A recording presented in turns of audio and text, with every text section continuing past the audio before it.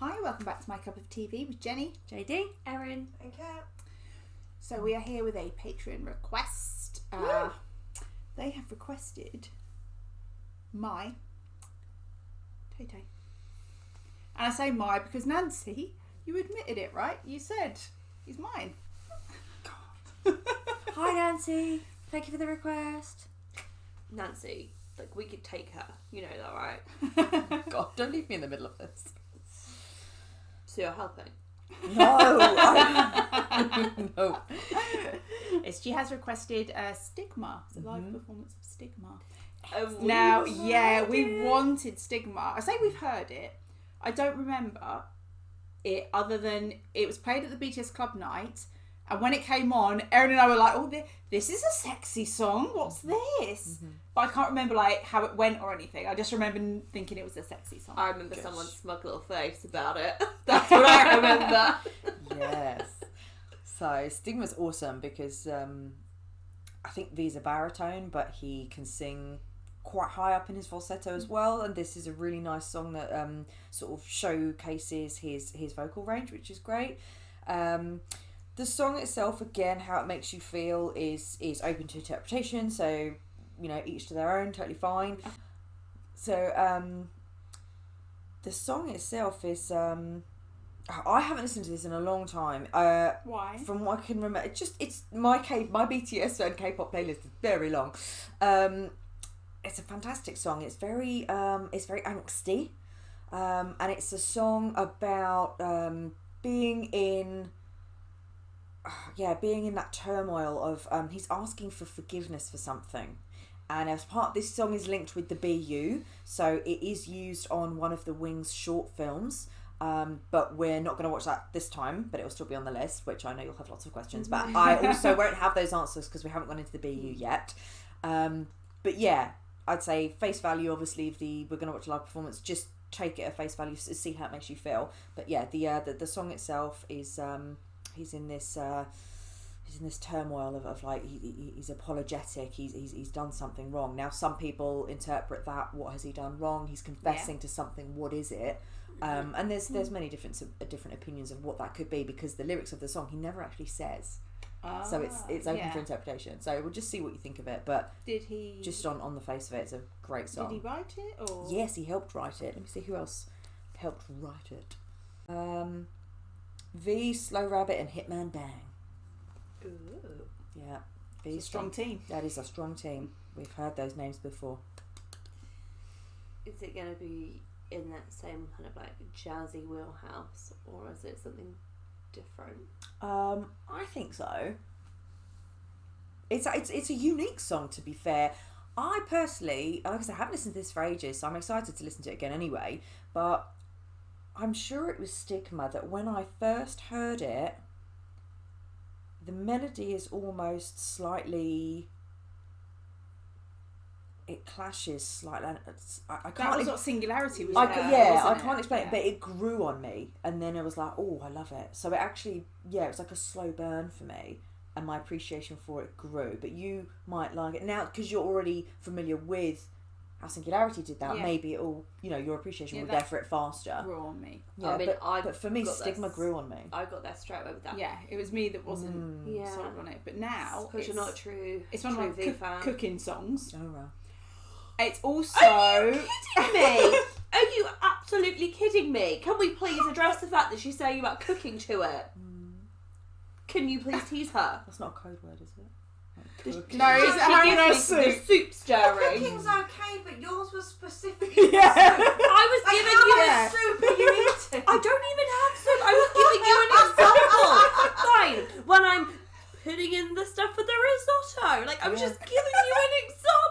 It's to emphasise the slow burn and the angst of all the Thank songs. you. I get that. Okay. Well, I like to listen to it when I cook. And I used to like to listen to that, and She's only microwaving meals. That's not the slow same. burns around. It's not the soup. what makes you think I can't cook? What are you cooking when you're listening to the song? I'm making a cheese sauce or a bolognese or a curry. Loads of stuff. Usually when I'm at work. I'm waiting for her to say soup. But I also used to. It was Singularity and Serendipity. But I listen to Serendipity completely differently now. Not in circumstances, I mean I hear the song differently. Yeah. And I also listen to Singularity when I'm walking. It's one of those songs that you're listening to it and then you're like, I've arrived at my destination. Yeah, it's all a But time I don't warp. remember getting here. It's like a time warp, right? Yeah. It just suck you in because it like lulls you in Yeah. such a false sense of security. Yeah. Nice. Well, I feel like Stigma could have a lot of that same vibe. It's going to be my excuse. Why are you hanging around outside BTS's house? I don't even know how I got here. I was listening to Singularity in London.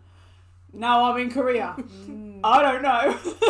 So please remember to like the video, comment down below what's your favourite V solo, and remember to subscribe to the channel if you are not already. Why not? Yeah. Have you reached 1,000 yet? No. Right. Thanks. Yeah.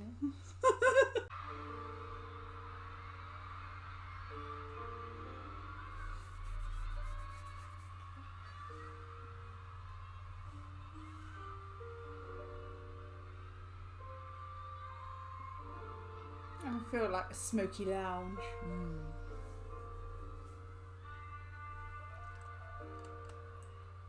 Or the start of like a detective film. This little bow tie. Sorry. I knew that's where you were going.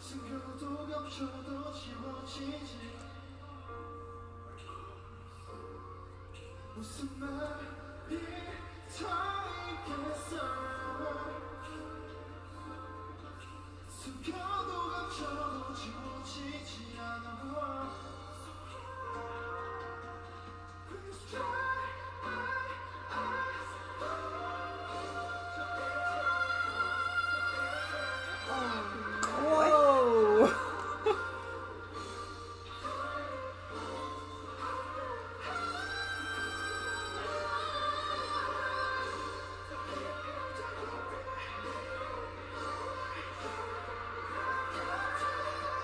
He is practically wearing a bow tie.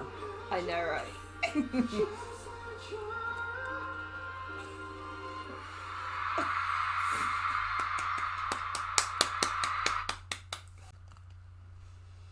So how was that? Well, that's Exactly. what he thinks. What, Mary? Did you see him watching it?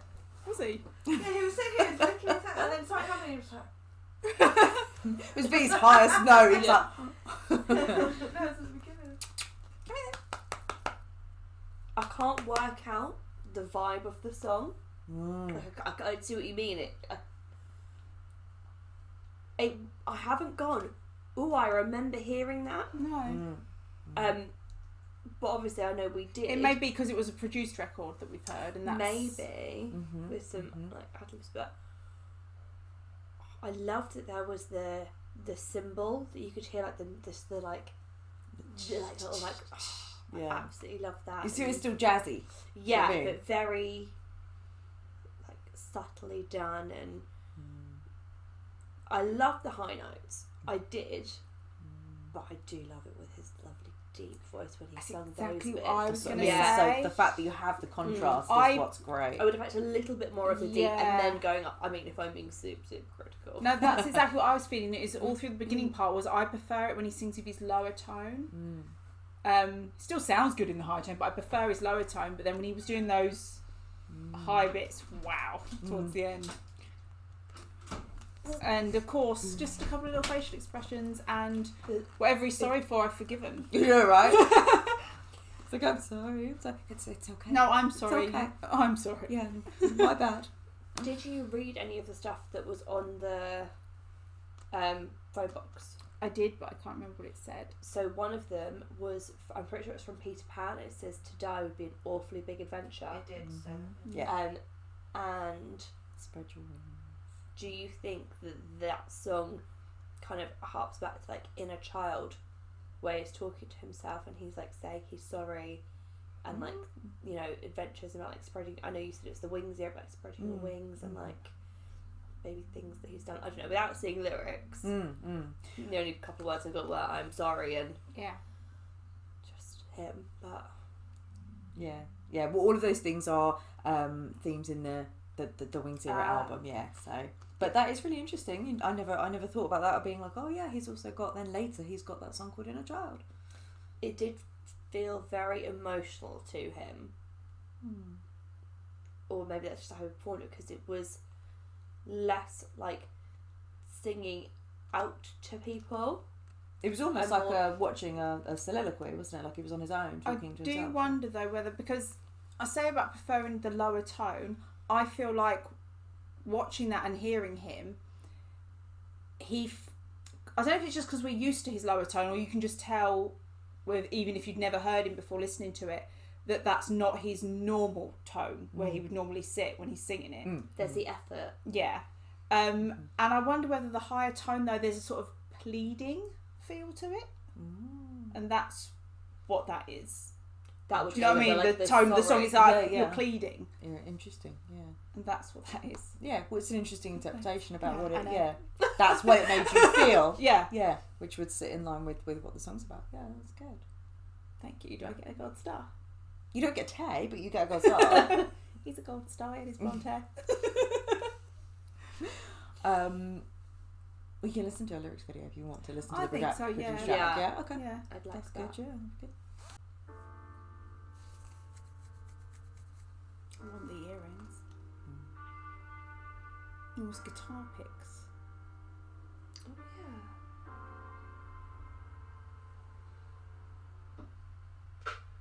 Oh, It's like very sexy just, vibe.